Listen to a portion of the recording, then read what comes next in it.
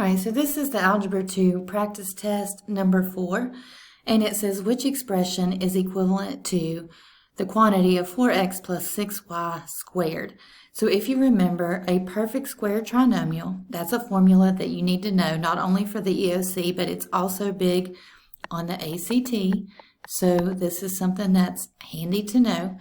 But you're going to take this, it's a perfect square trinomial, so you're going to square the first term, which means we're going to square 4x. And then we're going to do twice the product, means I have to multiply.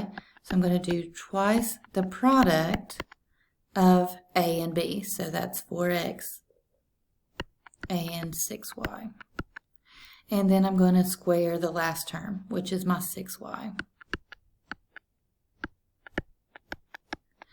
All right, and then you could work this out. This is the non-calculator portion, so it is, which is equivalent expression is one of our big standards, and sometimes you have to work it all the way out. With the non-calculator portion, you may not have to work all of it out. As you can see, they have different expressions down here. So if you did multiply this out, remember, 4x squared, you have to square both the 4 and the x, and then you would multiply these together, and then you also would square the 6 here at the end.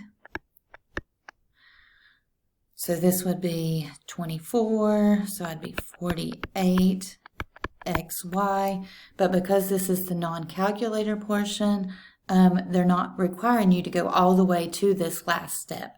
So equivalent means two things are equal. So this is an answer, and this is an answer as well. So if you look down through here, you will see that they actually stopped one step early. So the answer would be R. So they stopped with this step here.